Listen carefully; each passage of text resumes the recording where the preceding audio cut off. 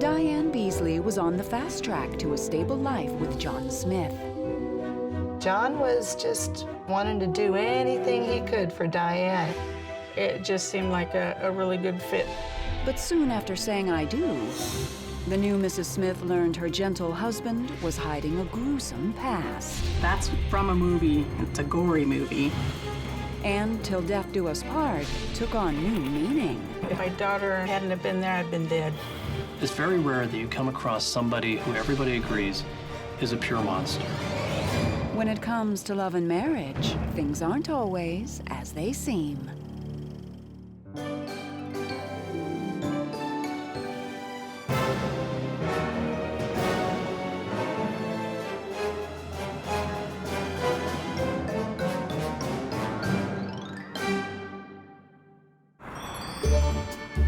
Relationships are never easy.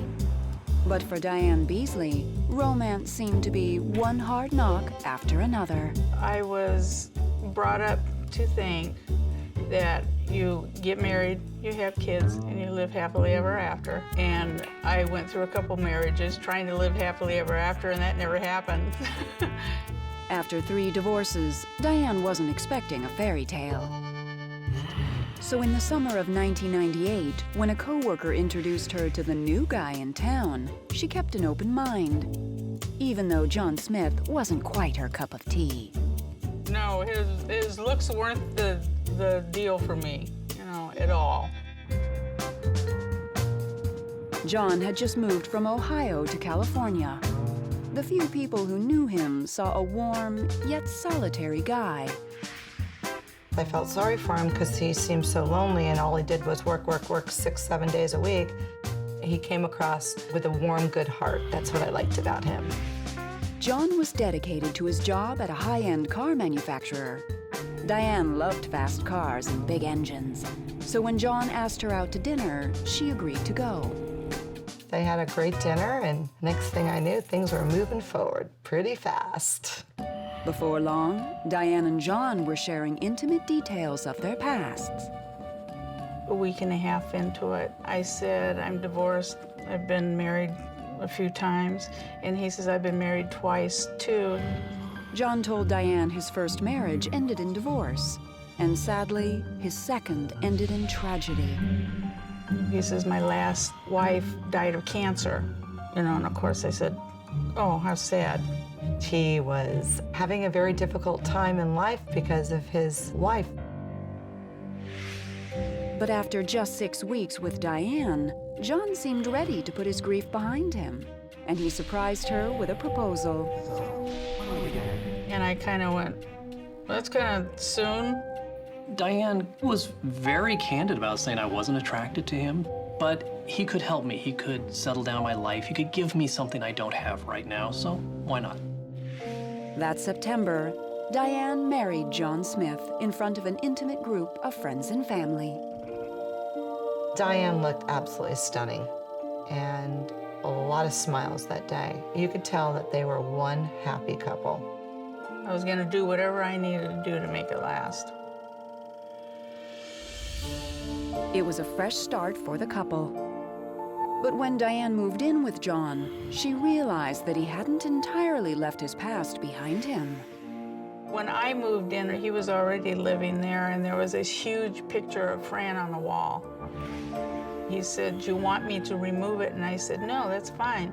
I said, that's part of your past. And he said, thank you. And that was the end of it. And for a while, that was the end of it. This is a new beginning for me and John. But Diane's newlywed bliss would come to a screeching halt only 8 months later. The morning of May 5th, 1999, Diane was busy at her secretarial job when she had some surprise visitors. Half an hour after I sat down, these guys came in suits, which is very odd for where I work. Usually everybody's in jeans. And I said, may I help you? And they said, are you Diane Smith? I said, yes. The men were from the FBI, and they had a pointed question for Diane. They asked me what John had told me about Fran, and I said he told me that his wife died of cancer. And that's when the FBI dropped a bombshell. They told Diane that John's second wife, Fran, had not died of cancer. And his first marriage didn't end in a simple divorce. I was just absolutely flabbergasted. What really happened was far, far worse. I could not believe it. I did not believe it. How is he able to get away with so many horrible things for so many years?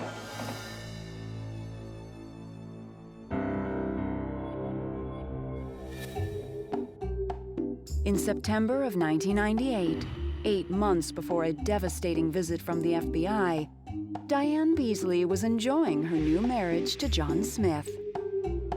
We were doing a lot of sightseeing because he'd never been out here. I'm a native San Diegan. They were always on the go. They loved to go to the beach and go for walks on the beach. My life with John at that time was almost picture perfect. But for Diane, there was one thing that could make the picture even prettier: a bigger home. Luckily, money was no object for John. His family had real estate holdings, they had apartments. He'd never lacked for finances. Before long, the couple found a place they liked and applied for a lease. But soon after submitting the application, Diane got a disturbing phone call from an apartment manager. The apartment manager said, "You need to come here. I need to show you something." And I said, "What's the problem? Just tell me over the phone." And she said, "No, you need to see this." And I went, uh-oh. Diane raced to the rental office, and when she arrived, the apartment manager had a copy of John's credit report. The results were jaw-dropping. She showed me the credit report, which was 10 pages long of stuff that he hadn't paid. He had houses that he hadn't paid taxes on. They were in foreclosure. He had credit cards that he'd never paid. It was just terrible. By the time John got home from work that evening, Diane was beside herself. I said, "We can't even rent a place because of your credit." But John had an explanation. He claimed the troubled properties really belonged to a relative. He said, "I had to take him over and I couldn't afford him." John promised Diane he would fix everything. He said that he can buy a house outright with cash. And he said, we'll just do that, you know, while I get this credit of mine straightened out. I thought, okay, all right, we'll just have to stay in this little granny flat here for a little bit longer, and then we can go and buy a house outright.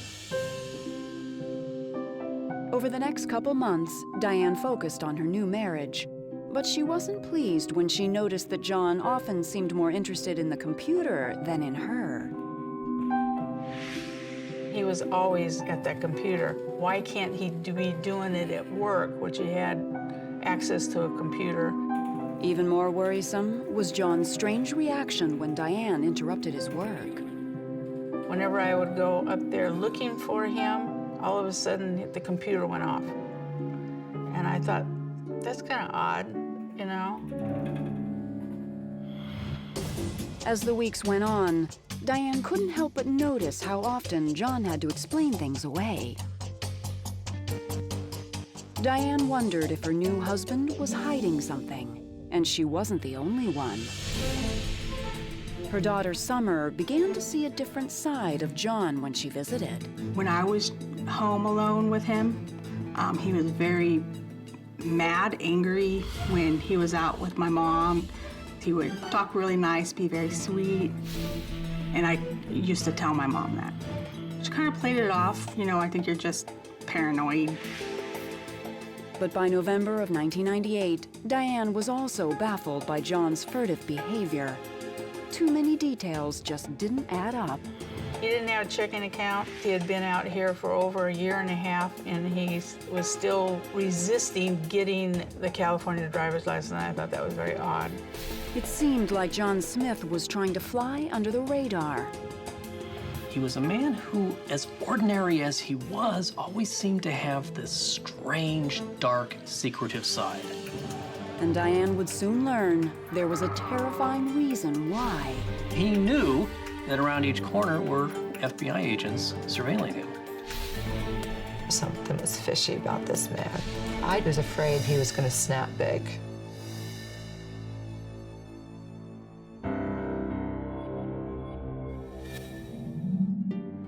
By January of 1999, just 4 months into her marriage, Diane Beasley was certain that something was off with her new husband, John Smith. He was very agitated, and it got to getting kind of concerned. By now, his behavior had gone from merely strange to chilling. We were coming back from dinner, and I was in front of him in one of the cars, and he was behind me. And I could see him in my rearview mirror, banging on the steering wheel, talking to himself, screaming and yelling at himself, and I thought, who's this guy? You know, I don't know this guy. He was just having a fit all by himself. John is a man who walked around with secrets. He walked around with all this darkness that he hid. I think Diane saw a glimmer of light clearly. You can't ignore something like this. But John's unnerving behavior was just a glimpse of what was to come. The morning of May 5th, 1999, Diane was at work when 2 FBI agents paid her a visit. She was startled when they began to ask her questions about John's ex-wife, Fran, who Diane thought had died of cancer. And then it all came out about John. They said, we're here for John Smith. We're investigating the murder of 2 of his wives. I was just absolutely flabbergasted. The agents went on to explain that both of John's former wives had gone missing under suspicious circumstances. The FBI was struck by the outrageous coincidences. This man was married twice, 2 missing wives. That just can't happen naturally. By the time I got out of there, I was just dumbfounded. I was just shocked.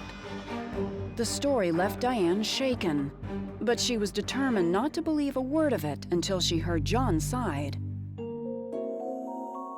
I couldn't believe this of John. John wasn't like this. They must have the wrong person. And when John finally called her later that day, Diane was certain it was all a big mistake. Especially when she found out he had also been interrogated by the FBI and let go.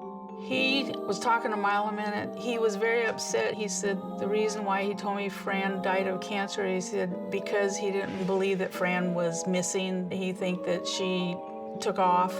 He didn't want to shock me. He said that the first one, he told me the story about how he thinks a friend of hers killed her. John claimed that he was being framed by the FBI for something he didn't do. It was all conspiracy, and that's the reason why he left Ohio, because he couldn't get past any of this. It wasn't him. At first, Diane believed her husband, but that was about to change. 2 weeks later, a special delivery letter addressed to Diane arrived in the mail. Fran's sister wrote me a letter, and when I got it, it had a phone number on there for me to call her. And a couple days later, I did call her. By the time Diane hung up the phone, her belief in her husband was shaken to the core. The sister was telling me, we are convinced that John killed Fran. And she said, you're in danger of your life. Everything that the FBI told you is true. Diane's focus immediately changed from being a supportive wife to just keeping herself alive. I did what the FBI told me to do. When you start getting agitated when you're asking questions, quit right then. Don't irritate him. Meanwhile, for investigators, the clock was ticking. With no bodies and only circumstantial evidence, detectives needed a smoking gun to prove John Smith was a murderer. Less than 2 weeks later, on May 15th, they got it. The weak link for John Smith was somebody who was the closest to him, and that was his brother, Michael. Michael Smith was John's younger brother. The FBI had questioned him extensively during the investigation, and they were certain Michael was hiding something. He was tormented, and he had nightmares.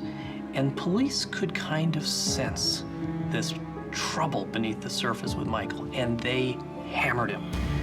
When Michael finally broke, he told detectives a horror story. Michael told the police and the FBI about a wooden box he saw, a wooden box that his brother John had built and stored for years. And one day, Michael happened to open that box, and inside he saw the skeletal remains of John's former wife. It was the break investigators had been waiting for. But there was one problem. Michael didn't know what had happened to the box. It was brutal for Michael. He had nightmares about it. I think he was scared of John. He didn't want to end up in his own box. For Diane, the news was horrifying. She just wanted to get out of her marriage alive. But leaving John Smith would not be easy. Diane was about to come face to face with the monster her husband truly was. If Summer hadn't have been there, I'd been dead.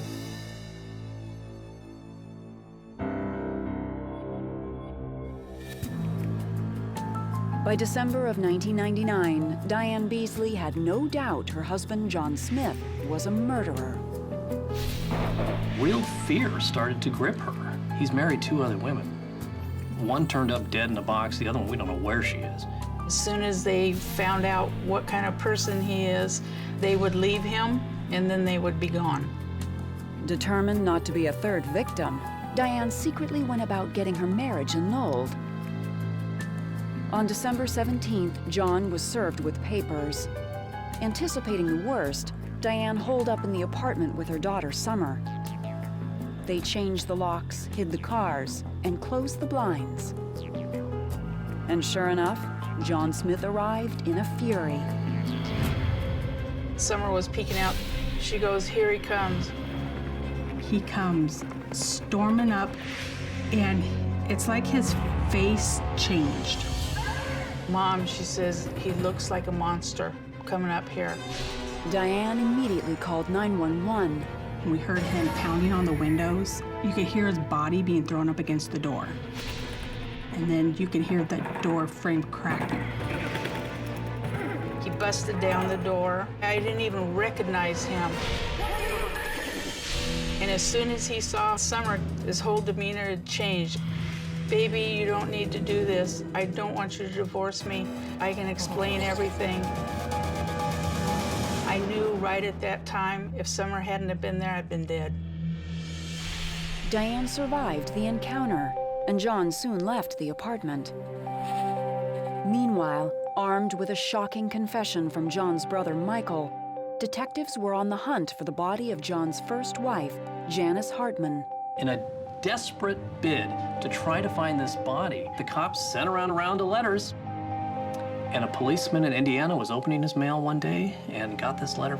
Said, "Hey, did anybody find a body in a box?" The grim question rang a bell. One day in 1980, a road crew was working on this lonely pavement in the middle of an Indiana field when they came across a wooden box. They opened it up, and what was looking at them but the skeletal remains of a young woman. The remains had never been identified, and the girl became known as the lady in the box. She was buried in a pauper's grave. And this cop said, "I think we got your girl." Investigators had the remains exhumed and tested, and when the results came back from the lab, the lady in the box was finally identified as Janice Hartman, John Smith's first wife. John's grisly secret had literally been unearthed. I was devastated. I thought, this poor girl cut down by this monster, John. On October 3rd, 2000, John Smith was arrested at work. At the trial 9 months later, Diane learned the extent of John's deceptions. All that time he'd spent on the computer wasn't just business, as he claimed. John was having multiple affairs. So much of what police say John was motivated by was power. It's not money. It wasn't sex. It was power. Power over these women. In the two cases in which his wives disappeared, the wives challenged him and crossed him. They took on his authority. And that's when John Smith would snap. John had lots of girlfriends, and so the fear is there are more than 2 missing Mrs. Smiths. On July 19, 2001, John Smith was found guilty of murder in the case of Janice Hartman. He was sentenced to 15 years to life. Fran Gladden Smith, John's second wife, has never been found. It's been more than a decade since John Smith walked into her life, and Diane has closed the book on that unhappy chapter. But despite everything, Diane held fast to her belief in happily ever after. And 8 years ago, she found it in her new husband, Robert. We have a new life together. We live here all by ourselves with visits from the kids and the grandchildren. So it couldn't be better. It's perfect. Today, Diane surrounds herself with good friends and family, and she finally knows that happiness isn't just a fairy tale. Yes, there is happily ever after, and I'm living proof of it.